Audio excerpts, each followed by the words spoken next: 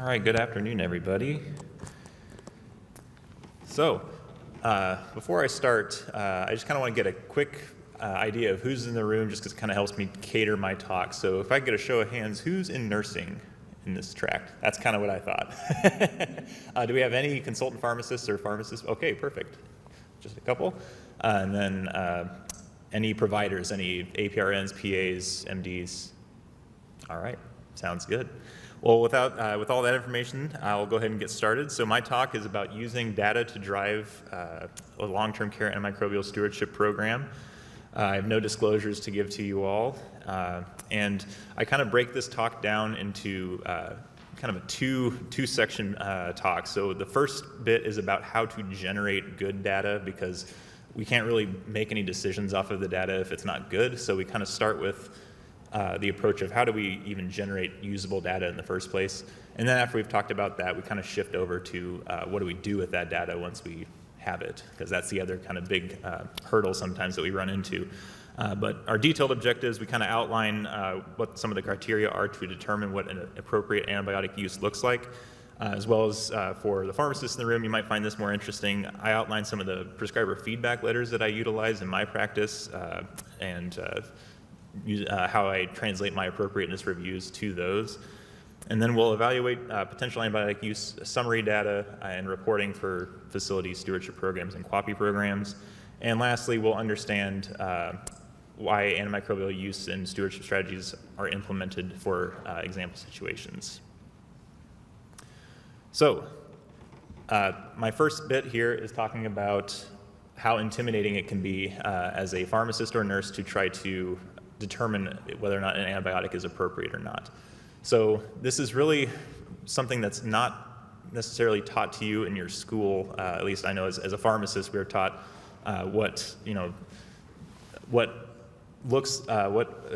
guideline says we should use, for antibiotics for a certain infection. But as far as retrospectively reviewing and trying to determine if a course is inappropriate or not something so much that's touched on.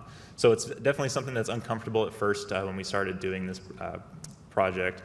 And not only is it because most of this is done in retrospect, so you're reviewing stuff that's maybe a couple weeks old, and you might be wondering, okay, why am I drudging over this? Why am I going to be bringing this up to a provider after its therapy's all said and done? And then not only that, but it also requires a pretty big time suck for the person doing the review, that if they're not used to incorporating that in their normal workflow, it can be quite a drag and make them seem like they're inefficient at what they're doing.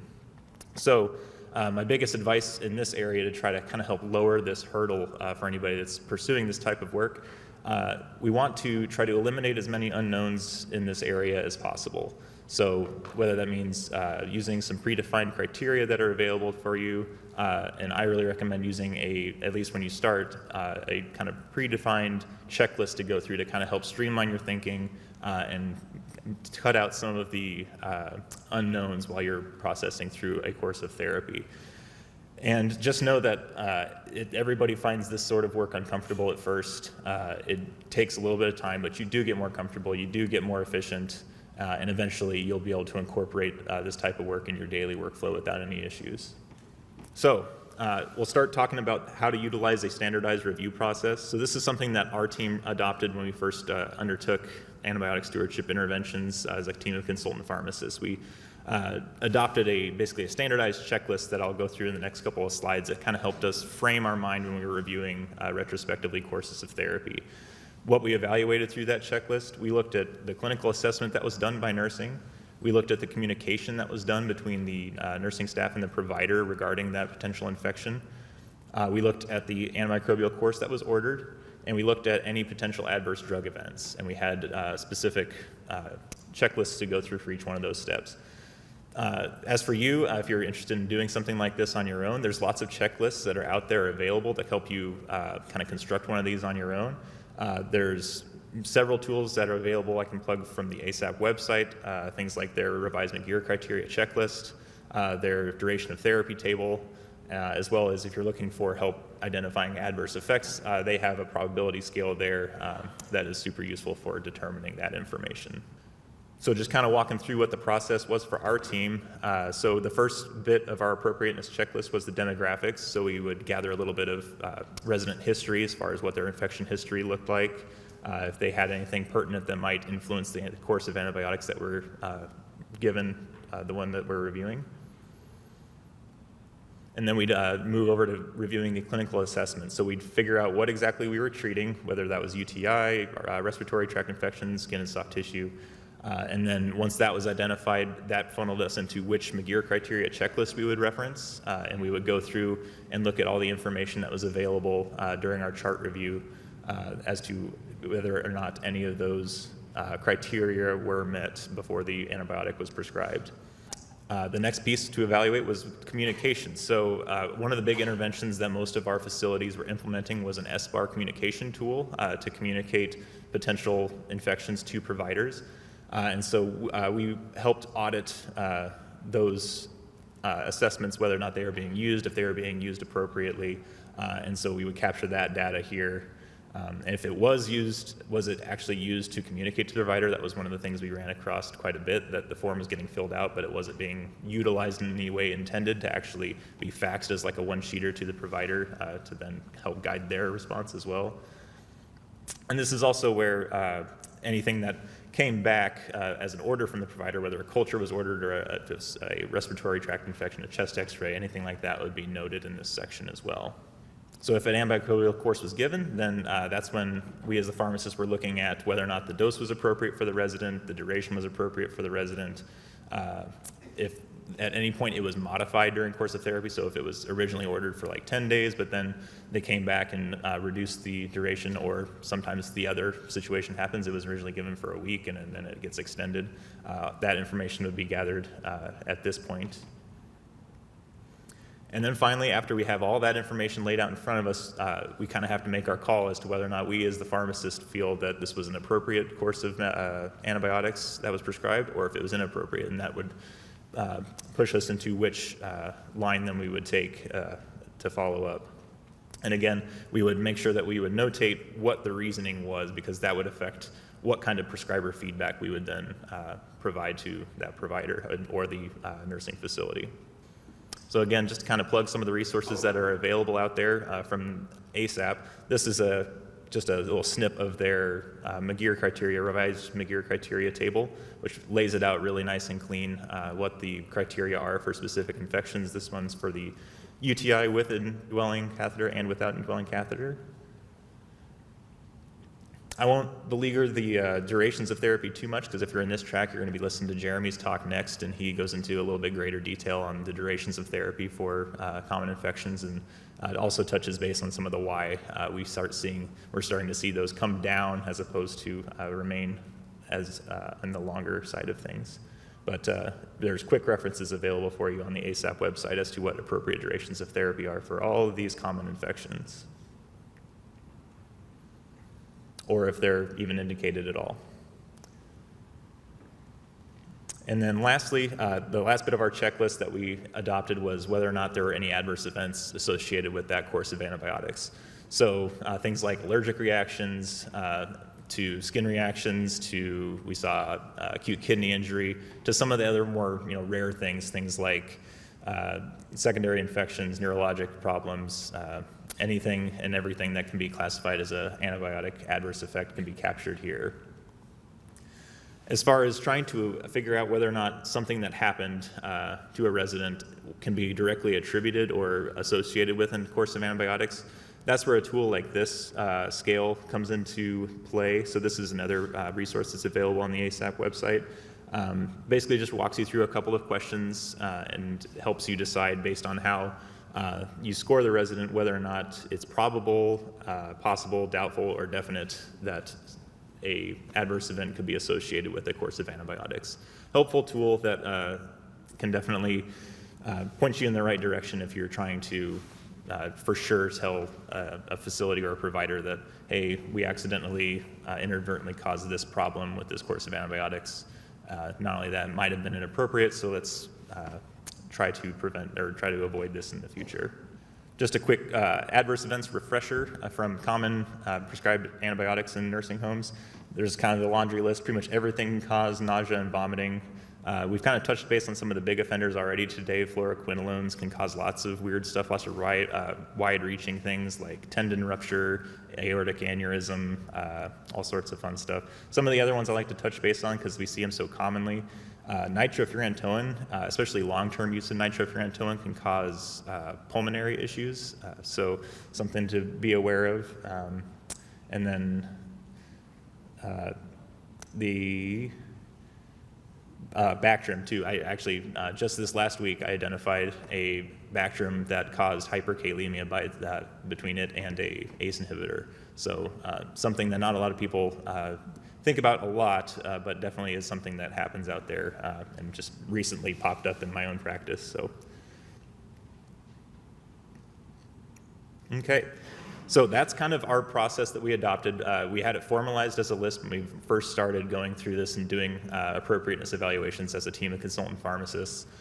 Through our time doing it, we kind of have become less formalized with it. We don't have a form that we print out and like fill out each time we review a course of antibiotics. It's kind of been more internalized in each of our review practices. So again, that's kind of one of those efficiencies you can find as you start to get more comfortable in this area and start to get a few reviews of this under your belt. But we also do still have the ability, we maintain the ability to report some of that information out and capture that data within our review software and things like that.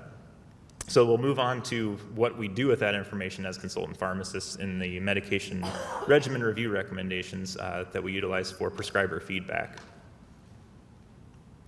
So probably the most common area that we provide prescriber feedback is in the duration of therapy for antibiotic courses. So definitely the most common reason I've identified for an inappropriate course of antibiotics is just durations are too long. And I think that's also been reiterated in a couple other areas from talks today, especially the transitions of care talk. I think we did a good job of touching base on that. So by the time it reaches us, and a lot of times it's a retrospective thing, we run into this course well after it's completed, but we still feel the need to provide some sort of prescriber feedback and give them an opportunity to either both learn from the case or provide some additional information to us that might shift whether or not that course would be deemed appropriate or not. So my advice from somebody who's done this and to anybody who wants to explore doing this, how to construct these letters, we want to make sure that we are first and foremost helpful with the recommendation and the format. If it's a currently active course that you've identified that is you believe too long, then recommend discontinuation or adjustment to whatever the appropriate duration is. You want to also provide the provider an opportunity to justify what their duration was. If the therapy is already completed, give them an opportunity to maybe say why they selected a longer duration, and that might shift your assessment then after that data comes back. And just remember that providers, they're trying to do, they're doing the best too with the information that they have, and try to keep the language on anything like this as collaborative as possible and not move into kind of the more accusatory tone of like, well, don't say like, well, why did you use a duration that's too long, but try to use the language of, according to the information that is available upon my review, this appears to be a duration that is longer than what is recommended. Things like that tend to land a little bit better. If your providers are receptive to it, you can include references like IDSA guidelines. Again, it depends on provider to provider. Some are receptive to that, some are not. And just a quick aside, things like complicated UTI is really tricky. There's not specific guidelines available. You kind of use the catheter-associated UTIs guideline as a placeholder. It's the closest scenario we have to a lot of the complicated situations that we find in long-term care, so that's what I would recommend using there.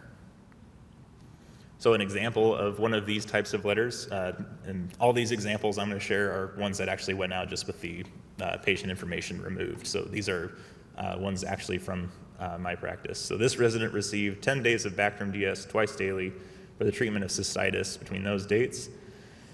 Based on current guidelines from IDSA, the treatment of cystitis, this resident received longer duration than recommended 3 days.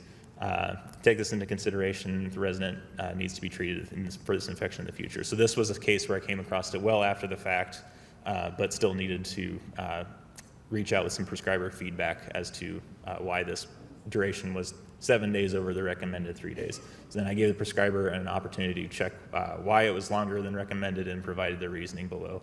So this does a couple of things. It provides that prescriber feedback, and it also gives the facility stewardship program a retrospective opportunity to try to get some better documentation as to why this antibiotic was on board in the first place. The second most common thing that we run into is if the criteria to start an antibiotic is not met, so things like the McGear or Loeb criteria are not met. So again, my recommendations for these types of feedback letters: try to, again, stay clear of confrontational language. Use language like this resident did not, instead of saying this resident did not meet criteria, say according to information available, because again, as the consultant pharmacist, we have visibility to a lot, but not necessarily everything. That we use language that we may not have, or the resident may not have met criteria according to what's available, documentation available to us on our review. These recommendations are definitely the most useful if your facility has an SBAR tool implemented, because that typically brings all of the documentation you would need to make this sort of call in one place. And it makes it very clear whether or not the provider had that information at hand before making the order or not. Okay, and then here's an example of what one of those would look like. So this resident was receiving Keflex 500 twice a day, which was then switched to nitrofurantoin 100 twice a day for 7 days, prescribed for UTI without an indwelling catheter. Based on the revised McGear criteria and charting available upon review, this resident did not meet one of the 3 scenarios, and then there's the McGear criteria laid out there. And again, just providing the opportunity for the provider to either shed light on what we don't know based on our retrospective review, or just provide that education so that hopefully the next time the provider is faced with the situation, they remember that at least somebody was following up on this, and that the durations or the criteria should be established before prescribing that antibiotic. All right, microbiology criteria not met, or bug-drug mismatches. So we run into these occasionally. I think this is definitely something that as the pharmacist we need to correct if we see it, especially on a current therapy. If we notice that somebody's currently on an antibiotic that is on a bug-drug mismatch, or if they don't have any microbiology criteria, something to try to intervene right away if we can. So suggest discontinuation if the criteria is not met, or if the microbiology criteria, or if the culture comes back and suggests that the antibiotic that we're using does not have any effectiveness on the bug, then we need to suggest either discontinuation if the resident's doing well, or if the resident is continuing to stay the same or getting worse, then we need to suggest a change in course to something that is identified on the susceptibility. And again, here's an example of one of those. Some more common scenarios: we have fluoroquinolones being used as first-line UTI treatment, and then UTI prophylaxis are some other common scenarios that we still see in long-term care. So feel free to take a look at those and just kind of some examples of things that we've sent out as recommendations as a team of consultant pharmacists. Okay, so with those, that's kind of how to generate the data as from my lens as a consultant pharmacist, the kind of appropriateness data that goes along with the antimicrobial use data that we use to kind of create the picture of what antimicrobial use looks like in our long-term care facility. So real briefly, before I move on to what do we do with that data, I just kind of want to touch base on a couple of things. Some barriers that we've identified while doing this work to successful implementation. This was from a couple years ago, but I think it still holds true. There was a poster actually right next door that stated that the lack of buy-in by clinicians for stewardship activities maintained to be one of the main reasons that we don't have full implementation of stewardship core elements in our long-term care facilities, which was what we identified as an issue several years back in Nebraska. So we've seen some responses in our prescriber feedback letters that would echo that sentiment, as we have a prescriber getting back to us saying who made McGear's criteria the king of determining whether or not antibiotics are appropriate or not. It's doubly funny when you find out that Dr. McGear was a woman. And so based on this information, we kind of confided in a couple of our, I'd say, more well-established providers that we have a good back and forth with as a team, and just kind of gathered their thoughts as to why prescribers might be pushing back on some of this stuff so much. And I can kind of group their responses into two main categories. And their concerns have to do with why our interventions are geared at reducing antimicrobial starts and days of therapy, and then why our interventions are specifically targeting the reduction of treatment of asymptomatic bacteriuria. And furthermore, their concerns can be divided into, are we increasing the risk of hospitalizations with these interventions, or will delaying any microbial therapy increase mortality in any way? And then as far as asymptomatic bacteriuria goes, they're concerned that reducing treatment of this can lead to increases in urosepsis, and they are concerned that they don't have great options for what to do if care staff or family are contacting them expecting a course of antibiotics. They're just kind of at a loss for what we should do if we're not going to prescribe. And since this is a talk about data, I'll say that the data from the literature is on your side as far as maintaining and holding your ground here. So we'll briefly touch base on that. In 2021, there was a meta-analysis of long-term care facilities that had and then didn't have antibiotic stewardship programs. The mean difference between the two groups as far as hospital admissions was not statistically significant. It was 0.17 more hospital admissions per 1,000 resident days in facilities with a stewardship program. And as far as deaths, as far as mortality, the mean difference in mortality between the two was 0.02 deaths per 1,000 resident days, actually in favor of the group that had stewardship programs. So not statistically significant, but definitely some data to support that doing stewardship interventions like this does not increase your risk of hospitalizations or mortality. And then as far as asymptomatic bacteriuria, there was a study not that long ago. It wasn't in nursing homes per se, but it was in a very large hospital population, 68 hospitals over 5 years, looked at 11,000 cases. And the mean age, or the median age, was 78.2 with a range down to 67 and up to 86. So a pretty good marker for the residents that long-term care facilities service. And what they did is they looked at all the cases of asymptomatic bacteria they can find, and they tried to find how many of those resulted in urosepsis. And their findings was that only 1.4% of those cases resulted in urosepsis. So very, very, very low probability that that is where we're headed if you have asymptomatic bacteriuria. And that's specific to a population that is a good indicator of what long-term care facility service. If you look at that even further, if they stratified it down into residents with altered mental status, which is often the ones I feel like that are most at risk for receiving therapy for asymptomatic bacteria because they're a difficult assessment, that risk gets even lower to 0.7% of those residents or those patients went uroseptic. So again, the data is on your side to support stewardship interventions that target these things. All right, so we talked about data generation. We talked about some data supporting that we're not causing any harm by doing this and maybe actually doing some good. So now what do we do with it once we've collected all of that? So ultimately, the stewardship program should be bringing together this information. We should have the total number of courses in a month. We should have the number of assessments that have been performed. We should be like auditing, what our own process measures, how our nursing staff or other staff are, how compliant we are with doing our own stewardship interventions. We should have a total sense of what our inappropriate antibiotic orders have been over the course of the last month, as well as what the total number of adverse events related to antibiotics were. As far as presenting this data, it's best presented in terms of a rate. So by now, most of us are familiar with the terms of per 1,000 resident days, things like starts per 1,000 resident days and days of therapy per 1,000 resident days.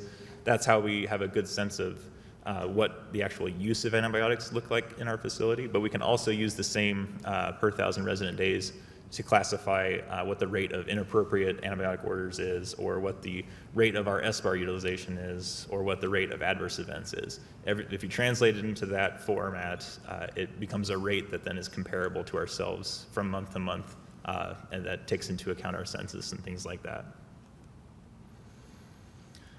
So as an example, if our stewardship program identifies UTIs as the primary issue, we can also get even more, we can drill down this data even further and try to classify every one of these chunks of data, but specific to UTIs. So we can figure out how many of our antibiotic courses out of the total were due to UTIs, how many of those did we use the SBAR tool on, how many of those were inappropriate, how many of those resulted in adverse effects, and then again report that in that same rate.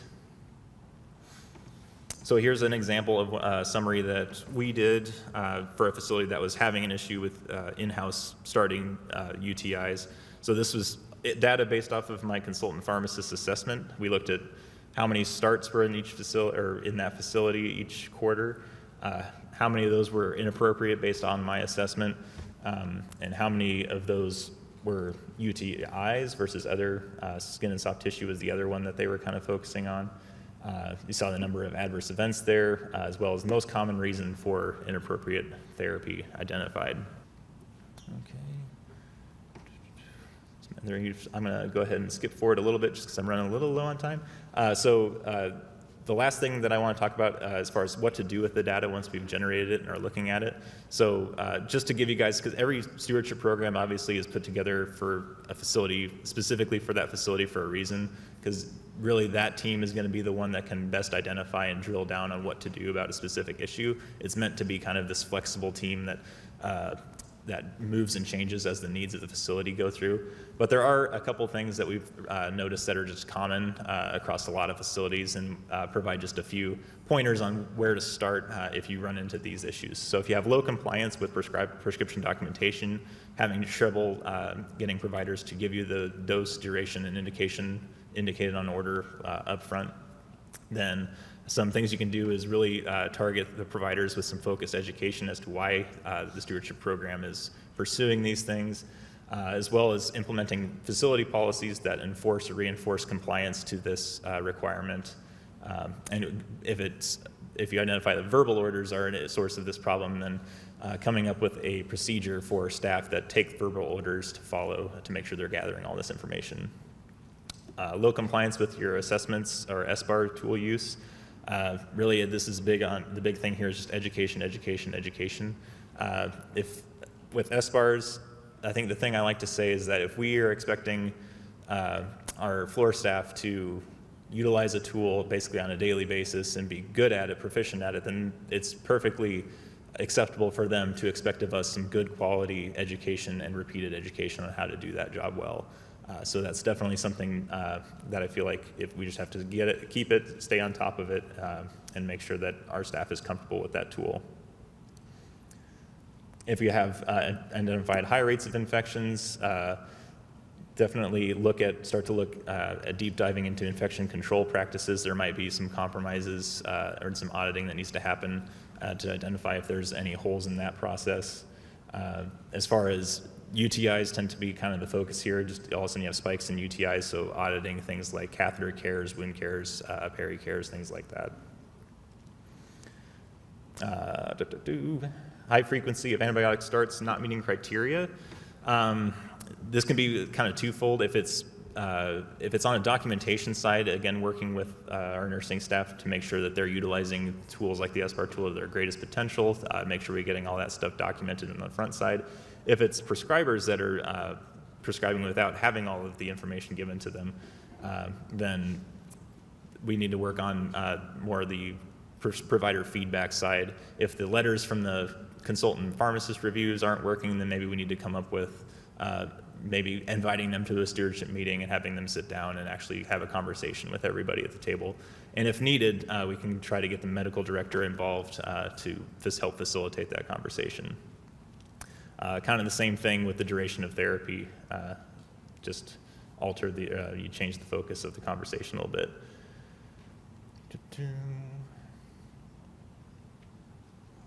And then as far as high rates of hospitalizations, make sure that we're doing a good job of identifying if they're infectious versus non-infectious causes. If they're infectious, make sure we're reviewing the antibiotic request, any med administration procedures. Maybe we're having a treatment failure due to the administration of antibiotics that shouldn't be given, with things like vitamins that can bind up the antibiotic before it can get absorbed. And we've seen that in a couple of cases where we need to alter when people's vitamins are being given so they don't automatically get given at the same pass time. Things like that can certainly lead to treatment failure.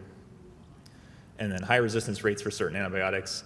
This is really where things like a facility-specific antibiogram would become really invaluable, where you can actually look at what the resistance rates look like in your facility and help you make a determination if we need to help steer providers away from certain antibiotics to try to improve our resistance rates there. So it's a lot of information to try to cram into 30 minutes, and I think I went a little bit over, but if there's anybody that has any questions, I'd love to provide some answers. Yeah. So I'm just wondering about your thoughts. Perfect. Yeah. This is a fantastic question, and you have identified a problem that we see in long-term care. So some facilities are big enough and they generate enough cultures that their lab is actually able to give them facility-specific antibiogram reports back to them. That's obviously the vast minority of long-term care facilities. Most of them, at this point, if they're using an antibiogram, they're using one, if they're a rural facility, they're using one from, like the hospital that is closest to them, or they're using just something regional put together by like a regional lab provider. So there's a couple private lab companies that service a lot of the long-term care facilities in the area, and they will publish what their customer base antibiogram is. And so I've kind of pointed, in lieu of anything else, that's typically where I've pointed people to look for that information. Obviously, facility specific is the best, but if it's not there, then we kind of go to wherever we can find any useful information. Collaboration in this area would be fantastic, especially so most facilities kind of have a hospital or two that they get the majority of their admissions from, or just their population is serviced by that same hospital. So chances are the bugs that we would see are very similar. And so making that connection between the facility infection preventionist and the team that's in charge of managing that information at that hospital would be a great connection to make. I think the disconnect happens sometimes where I'm not sure those two parties know who each other are and what questions to ask to get there to make that connection. And so I think that's kind of almost a transitions of care. I think there was a transitions of care lecture that I asked that question of what mechanisms can we try to put in place to make these connections? Like long-term care facilities have a stewardship team now, or at least they're supposed to. Hospitals have a stewardship team. We need to make that conversation happen between those two parties at some point during the transition of care to try to communicate this information. And I'm just not sure if there's a workflow for that yet. My brain is constantly trying to think of ways to break through that barrier. So if you come up with one, let me know. Sure. I hope I didn't give the impression that most of my feedback is real time. Most of my feedback is retrospective. So I think all but one of those letter templates I shared was given. That's part of the medication regimen review report that's shared with the director of nursing at the facility once a month, based off of all the other chart reviews I do. And so a lot of that is then sent to the provider, after the fact, kind of more of a here's an assessment. Here's your opportunity to, give us more information, or otherwise just take this as some education. There are, in the case of when there is a real-time situation, when those do happen, typically I won't wait for my report to go out for those types of things. It depends on, it's provider specific whether or not I'll send them via fax or through the facility. Sometimes I send it to the facility, I tell them, hey, this is kind of a patient care issue. You guys are able to get a hold of the provider and get this addressed faster than I would, just because the channel is already there. And so I kind of hand that off to them. And then sometimes if it's a really big patient safety issue, it's a phone call for me. I mean, I'm getting on the phone with whoever the provider's office is and say, hey, I am the consultant pharmacist for such and such at this facility. running into a bit of a patient care issue, I need to talk with the provider just to confirm some things I need to know. As far as advice on how to approach that, again, you're not gonna get as far using confrontational tactics, right? It's more, I'm contacting you out of a place of concern. I'm not contacting you because it's like, oh, I gotcha. It's like, no, I have concern for this patient. They're your patient as well. Let me talk to you about some of the concerns I've identified, and through our conversation, can we either alleviate my concerns, or maybe you can validate them and we can work together to come up with a better solution. So we do like provider report cards quarterly, Mm-hmm. that just compare our providers to their peers and Yeah. their specific specialty. But do you do that quarterly? Do you do that monthly? What do you recommend in terms of time frame? So as far as prescriber feedback, they will get, if they did something that I would deem inappropriate, they would get a report on that specific case from me once a month after my review. And then as far as actually providing a report card, I have not had a long-term care facility that I've been a part of their stewardship program that has quite reached the capacity to put that sort of intervention in place yet. But I believe there would be enough data to provide that sort of report monthly if we ever got there, especially for like the in-house providers, the medical, if it's a medical director that sees most people within that facility, or that sort of situation. But yeah, we haven't quite gotten there in long-term care yet, in my experience. Yep, thank you. Thank you very much.